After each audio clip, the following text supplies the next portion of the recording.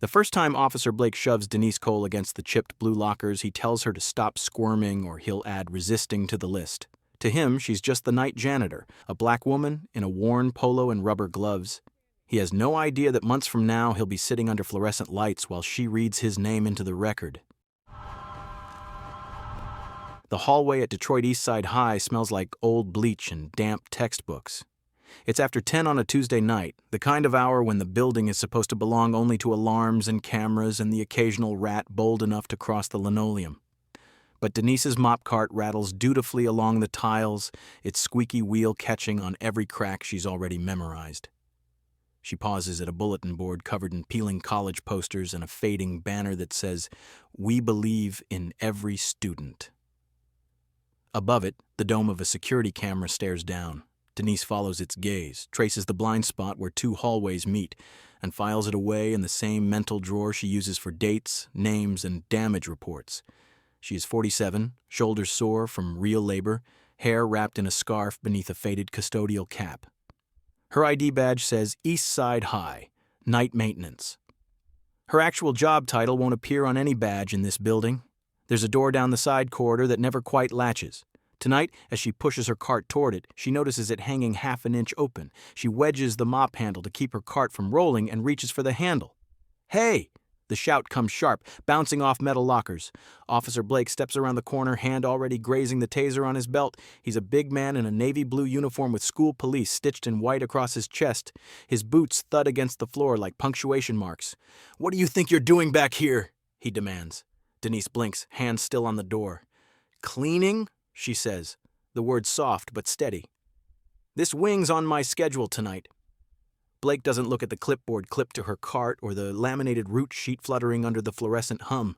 His eyes go straight to her skin, to the keys hanging from her belt, to the half-open door behind her. "Step away from the door!" he snaps. "Now!"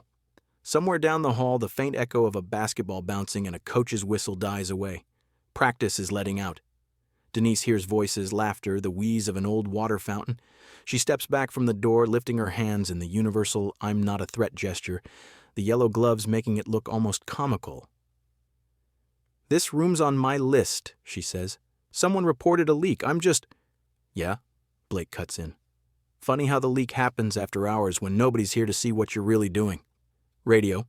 I've got a subject on the East Wing, near locked classrooms, possible break-in. Send another unit." His hand goes to the mic on his shoulder. His other hand settles on her forearm, firm, possessive. Denise feels the grip, feels the familiar spike of adrenaline, and clamps down on it. Of all the things she's imagined in 3 months of undercover work, she knew there was always a chance it would come to this. Not a camera quietly revealing the truth, but a man with a badge rewriting it as he goes. "Officer Blake," she says, measuring her tone. "You know me. I've been on nights here since January. Ask Ms. Harding. Ask—" "You don't tell me who to ask." His fingers dig in. "You tell me your name, and you tell me why you're lurking by a locked classroom with a ring of keys that don't belong to you." Down the main hallway, a small knot of students slows, drawn by the tension the way teenagers always are. One of them lifts his phone, the little black rectangle held low at his chest, camera already recording. Denise sees him in the corner of her eye. For half a second, their gazes lock. "Don't stop," she thinks. "Whatever happens, don't stop." Blake steps closer, crowding her toward the lockers. "Turn around," he orders. "Hands on the metal. If you've got anything on you you're not supposed to have, now's the time to say so." "This isn't necessary," Denise says. Her voice doesn't rise. No pleading, no drama, just a statement of fact. He shoves her gently but decisively against the row of dented blue locker doors. The metal is cold through the thin fabric of her shirt. Her cheek brushes a sticker that says "Go Tigers," half scratched off. "Subject is being non-compliant," he tells his radio. "I'm conducting a search for weapons." "I didn't say no," Denise mutters. "I said unnecessary." The second officer arrives in a clatter of gear, a younger woman from Detroit PD, called in from the outside patrol. She clocks the scene in an instant. Black woman, night shift, keys, open door, annoyed SRO. "Phones away," the younger officer barks to the growing cluster of students. "This isn't a show. Go home." One or two kids tuck their phones away. The rest angle them slightly, the way the internet has trained them. Everyone knows that if there's no video, the official version wins. Blake runs his gloved hands down Denise's sides, along her pockets, over the ring of keys. "Where'd you get these?" he demands. "Who gave you access to this wing?" "My supervisor," Denise says. "There's a work order, a leak. You can call—" He tugs her wrists back and cuffs them before she can finish, metal biting into the nitrile. The snap of the handcuffs echoes down the hall. "There's been vandalism in this hallway all semester," he says loudly, for the students' benefit as much as hers. "Graffiti, doors jimmied. You think I'm going to wait until there's another video of kids tearing up the school while the so-called staff look the other way?" He turns her toward the small crowd, the cuffs shining under buzzing fluorescent light, and for a second the hallway feels like a stage. To them, Denise thinks, I'm just a prop in his speech about safety. They walk her past the trophy case, past the bulletin boards, past a camera whose angle she mapped weeks ago. Ms. Harding, the assistant principal, appears at the doorway of her office, startled eyes behind thin glasses. "Officer Blake, what's going on?" she asks. "Caught your janitor where she wasn't supposed to be," he says. "Back wing. After hours, doors loose. You want to vouch for her, you better be ready to sign your name on a liability form."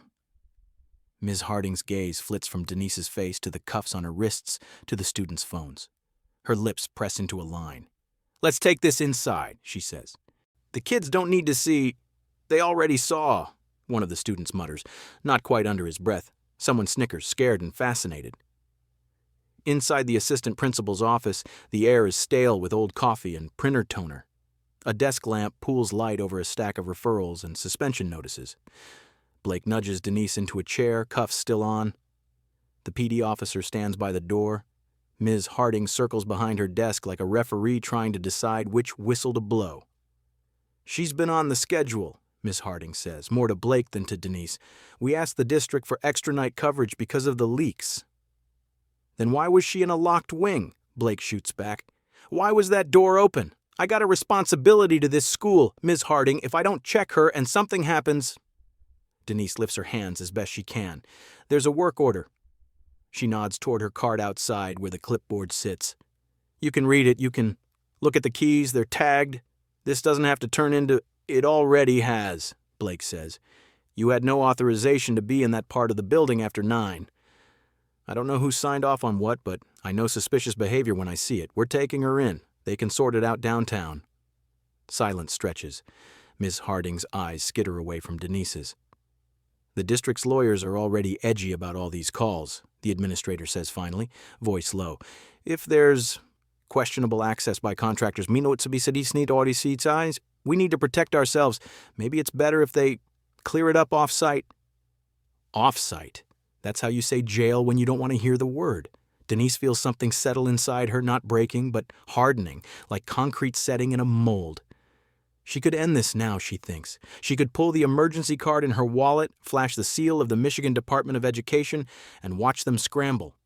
But then there'd be no record of what happens to the people who can't do that. She inhales slowly. Exhales. "Am I under arrest?" she asks. "You're being detained for investigation," Blake says smoothly. "And trust me, if we find evidence of anything, it's going to get upgraded." He leads her back out through the office, through the hallway where the crowd has thinned but not disappeared. The cuffs glint again. One student whispers, "Dang, they got the janitor." And another replies, "She must have done something, right?" Denise doesn't answer. She files away the words with all the others. In the back of the squad car, the vinyl seat sticks to the back of her legs. The windows are caged with metal grates. The radio crackles constantly, shots fired in another precinct. A domestic disturbance 3 blocks over, a traffic stop gone sideways. "Yeah, we got an adult female, mid-40s, caught by a locked classroom," Blake is telling the dispatcher. "Claims she's night maintenance, but we'll see what admin says when they're not trying to save face." Denise stares out at the city sliding by.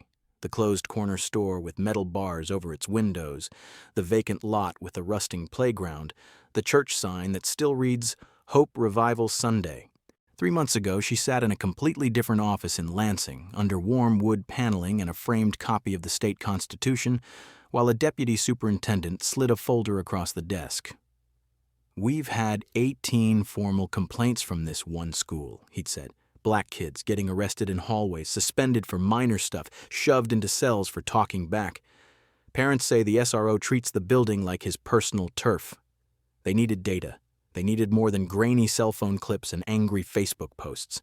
They needed someone on the ground, someone who spoke the language of policy and procedure and also knew how to push a mop.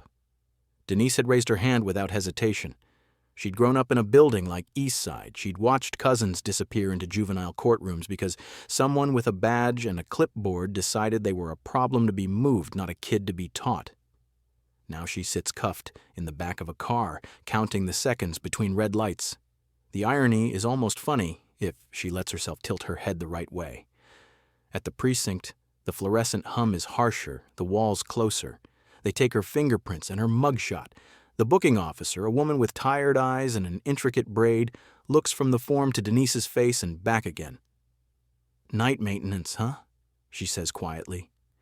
"For now," Denise replies. They empty her pockets, a set of keys, a small spiral notebook, a cheap flip phone issued by the janitorial contractor. The notebook disappears into a plastic tray. Denise doesn't flinch. The important notes are elsewhere. Encrypted files, cloud backups, jotted statistics on a spreadsheet under a boring name. They put her in a holding cell with a metal bench that's always too cold. She sits, back against cinder block, and watches the door. Every so often, someone passes by and glances in. Board officers, a man in street clothes with a public defender's badge, another woman in cuffs brought in for shoplifting. Time folds in on itself. Her mind doesn't. She replays every second of the hallway encounter from the moment Blake turned the corner to the moment the car door slammed. She tags each piece of dialogue, each touch, each refusal to look at the work order. She pairs them with the phrases she's memorized from state law: reasonable suspicion, excessive force, disparate impact. When the detective comes, he's almost friendly. Mid-50s, thinning hair, a tie that has seen too many coffee stains. "Miss Cole," he says, sliding into the chair across from her in a small interview room. "I'm Detective Rios. I'm hoping we can sort this out tonight so you're not spending any more time in here than you have to." "That would be nice," Denise says. He offers water. She takes it. He pushes a form across the table with the Miranda warning printed in block letters and a signature line at the bottom. "You understand your rights?" he asks. "I do," she says, and signs because she has read them more times than he has recited them. "Good." He folds his hands. "So here's the thing. Officer Blake believes you were somewhere you weren't supposed to be. We've had issues at that school, break-ins, vandalism. You had keys to a locked wing. Why don't you tell me your side and maybe we can clear up some misunderstandings?" She tells him what she can without saying what she is, that she was assigned to that hall, that there was a leak, that her supervisor can confirm the work order, that she's been on the night shift for 3 months without incident. "Any priors?" he asks. "No." He glances at the screen on the wall where her basic info is pulled up. He sees what she knows he'll see, a career path that doesn't line up neatly with janitor. Education years she didn't erase. An old job title that doesn't belong on a maintenance worker's resume. State, education, office, he murmurs, reading. "I used to do clerical work there," she says lightly. It's not a complete lie. There were years she did plenty of filing in addition to investigations. His eyebrows hitch. He files that away the way she files everything. "All right," he says. "We're not here to make this bigger than it is. The prosecutor on duty happens to think his plate's already full tonight. So here's what I'm going to recommend. We log this as a trespass warning, release you on your own recognizance, and let the school district handle it from their end. You stay away from that building until they say otherwise. We don't hit you with a criminal record. Fair?" Fair. It's a word she's careful not to laugh at. "I'd like to call my attorney," she says instead. He sighs. "You can call whoever you like, but I'm telling you this is the best it's going to get." The phone they hand her is sticky with residue from 100 other calls. She dials a number she knows by heart, a Lansing area code. When her colleague picks up, she speaks in the bland tone of someone canceling a dentist appointment. "Hey," she says. "It's me. Just a heads up, I'm going to be off the grid for a few hours. There was an incident on site. I'll file a full report in the morning. No, I'm okay. For now, take a look at Eastside's SRO contract language and pull their discipline stats, and maybe flag our counsel. I have a feeling this is going to move faster than we planned." Detective Rios watches her, trying to decide if she's making drama or quietly dangerous. He can't tell. That's fine. He's not the audience she's working for. An hour later, they hand her back her clothes and a piece of paper that says Trespass Warning, Detroit East Side High School. It's signed by a district administrator she's never met. Blake is at the side door when she steps out into the cold, hands shoved in his pockets, posture loose now that the paperwork is done. "Here's how it works," he says. "You go home. You don't come back to that building. You stay away from our kids. You do that, and we don't have to talk again. Simple." Denise looks at him for a long moment. The streetlight throws deep shadows under his eyes, makes him look older, more tired. For a second, she wonders what he was like before the badge, before the long nights and the adrenaline and the need to be the hero of his own story. Then the thought passes. "I'll see you," she says quietly. "In a different room." He snorts. "Let's hope not." She walks away, the slip of paper crumpling slowly in her hand. Above her, the sky is blank and cold. Somewhere in the city, a printer is already spitting out another complaint, another parent's letter, another student's scribbled account of being shoved, searched, suspended. If the people in this building won't listen to those voices, she thinks, we'll just have to bring the voices to a room they can't ignore. 3 months bleed by, but not quietly.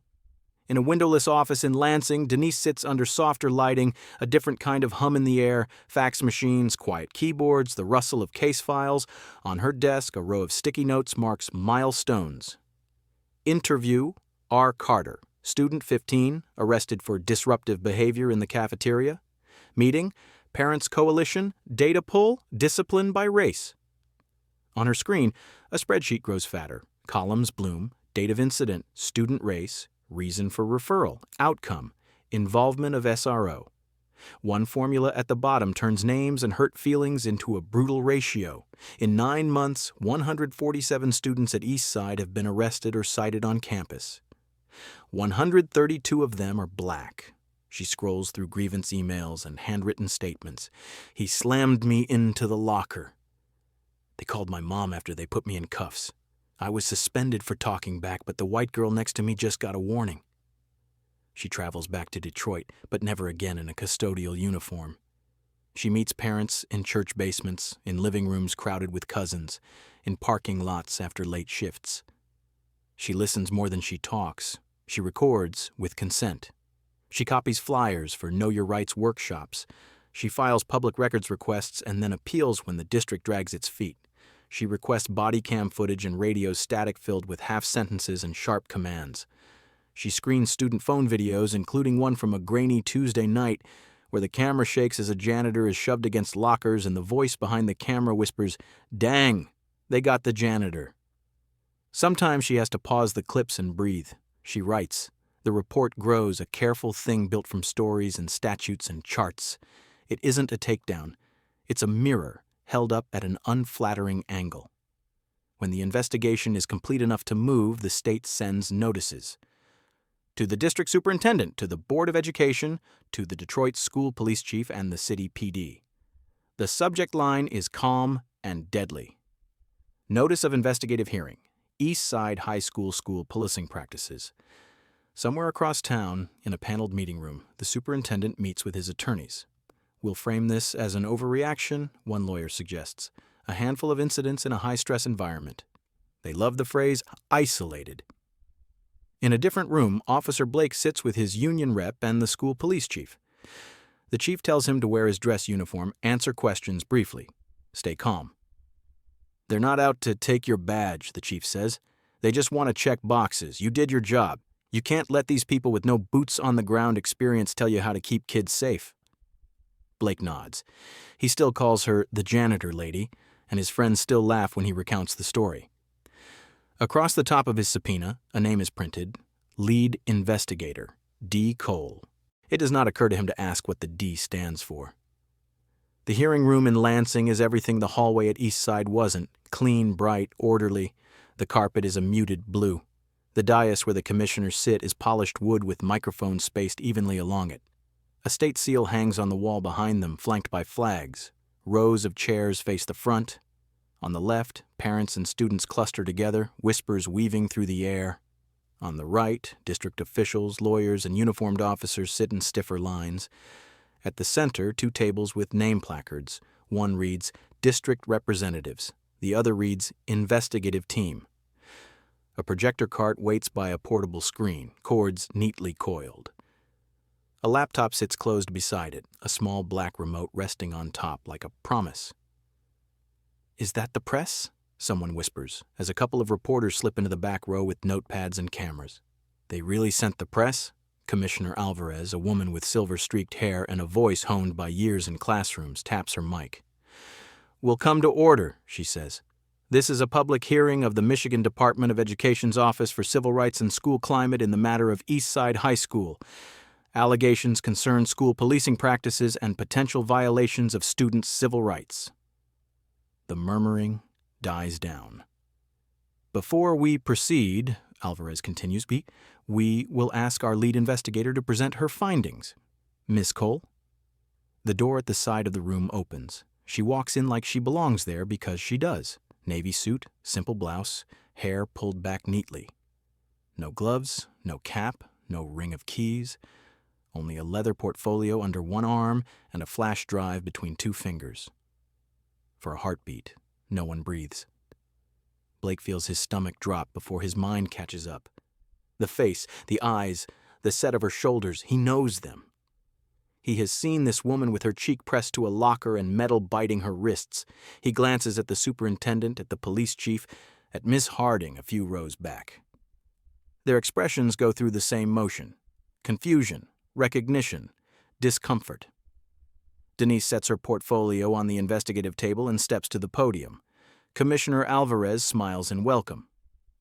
"For the record," Alvarez says, "please state your name and your role." "My name is Denise Cole," she says into the microphone, her voice carrying clear to the back row. "I am a senior civil rights investigator with the Michigan Department of Education." The words hang in the air. "And I am the assigned lead for the Eastside High School school policing investigation." If there is a sound in the room, it's the collective intake of breath. Blake feels his ears burn. His union rep leans in and whispers, "Don't react. Don't give them anything." Denise doesn't look at him yet. She looks at the commissioners, at the parents, at the students who made the drive to be here. "Over the past 3 months," she says, "my team and I have reviewed disciplinary records, arrest reports, body camera footage, radio logs, and more than 60 first-hand accounts from students, parents, and staff. What we found is not an isolated problem. It is a pattern." She clicks the remote. The screen flickers to life. A bar graph appears, 2 bars towering over the others, one labeled black students, one labeled white students. The arrest numbers are not kind. In the last 9 months, Denise continues, 147 students were arrested or cited at Eastside. 132 of those students are black. That's nearly 90% in a school where black students make up just over 70% of enrollment. She lets the numbers sit there, stark and simple. Then she clicks again. Now the screen shows a paused video frame, a dented row of blue lockers, the edge of a mop cart, a glimpse of a uniformed arm. "We also reviewed video evidence," she says. "Some of it from official cameras, some of it from the devices our students carry in their pockets. One incident in particular illustrates the problem more clearly than any chart I could make." She presses play. On the screen, the hallway at Eastside springs into motion. A shaky phone camera swings closer. Officer Blake strides into frame, weapon belt clanking. A woman in a custodial polo stands by a door, hand on the handle. "Hey!" his recorded voice barks. "What do you think you're doing back here?" In the hearing room, the same voice shifts in his seat. The footage plays the familiar beats, his orders, her calm explanations, the shove against the lockers, the cuffs, the muffled comments of teenagers, the camera jerking as a girl flinches at the sound of metal snapping shut. Someone in the audience murmurs, "That's her," when the woman's face turns toward the lens. Denise watches herself being humiliated from 30 feet away and does not look away. She keeps her face still, her posture straight. "On the night in question," she says over the image of her own body being searched, "Officer Blake responded to a perceived security concern. There had been vandalism in that wing previously. There had also been leaks."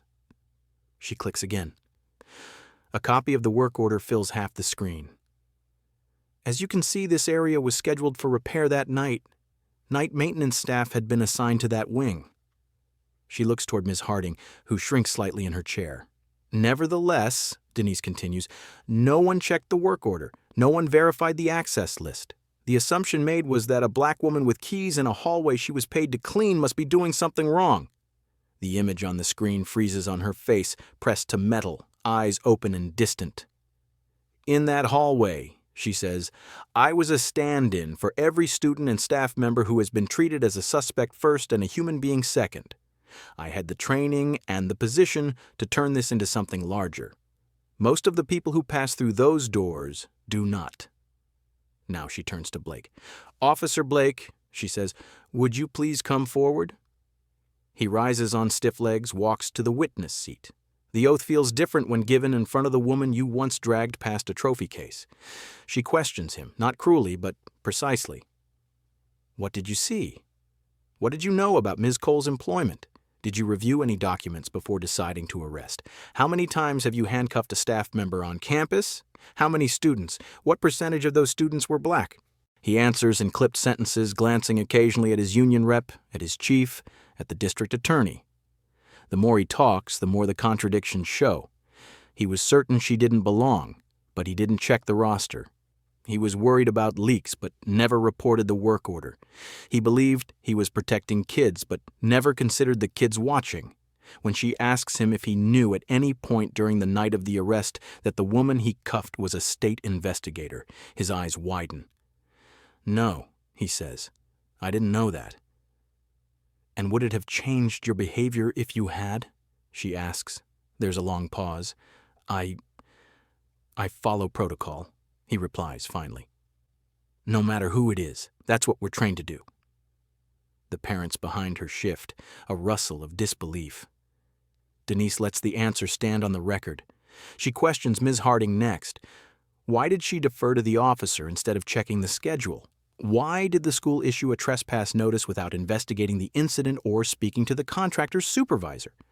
How many times has the school referred student behavior to police instead of using in-school interventions? By the time the commissioners take their turn, the room is heavy with the weight of what's been exposed. Hours later, after testimony from students and parents and the chief himself, the commissioners retreat to deliberate. The audience breaks into pockets of conversation. Some of the officers leave the room to gulp air in the hallway. Denise sits alone at the table, her hands folded. The adrenaline that carried her through the presentation drains slowly. Underneath it, a familiar ache hums in her ribs, the bruises from that night, long gone but remembered. When the commissioners return, the room snaps back to attention. Commissioner Alvarez reads from a prepared statement. The Office for Civil Rights and School Climate finds that Eastside High School's current school policing practices result in a disparate impact on black students, she says. We find that the district failed to provide adequate oversight of school-based law enforcement, and that on multiple occasions staff members, including Ms. Cole, were subjected to unreasonable searches and detentions. She looks up. We are directing the district to end on-campus arrests for minor, non-criminal conduct, to adopt clear protocols limiting the role of officers in student discipline, to require mandatory training in de-escalation and implicit bias for all school-based law enforcement, and to work with our office to implement restorative practices. Additionally, Officer Blake is to be removed from his assignment at Eastside effective immediately, pending further review by the State Commission on Law Enforcement Standards. A murmur ripples through the crowd. Some of it is satisfaction, some of it is anger that it took this long. Blake stares straight ahead. His jaw works, but he says nothing. Alvarez isn't done. We also require that the district rescind the trespass notice issued to Ms. Cole, she continues.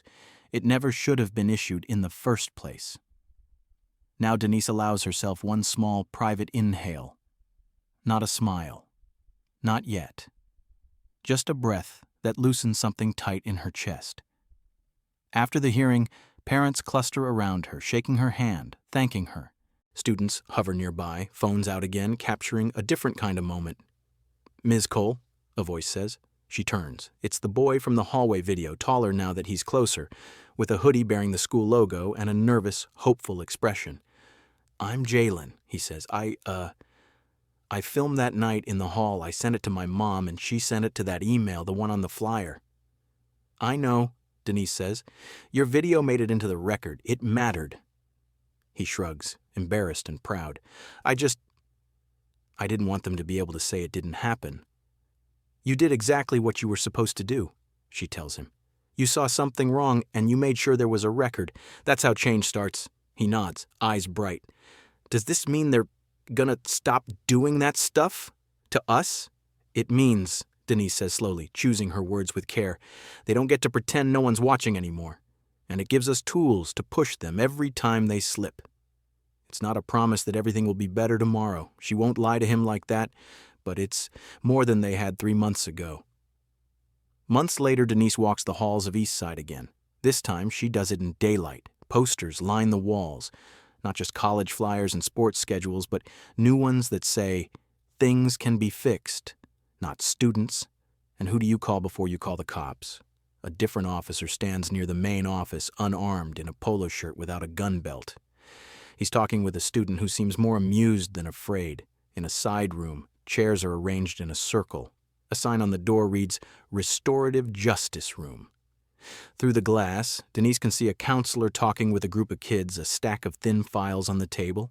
She meets with the principal, with teachers, with the new Student Advisory Council the district had to create as part of the consent agreement. They talk about what's working and what isn't, about the temptation to slip back into old patterns. On her way out, she passes the corridor where it happened. The lockers are still dented. The camera is still in the same place, but its blind spot has been covered by an additional lens installed after the audit. Jalen is there, leaning against the wall, talking to a friend.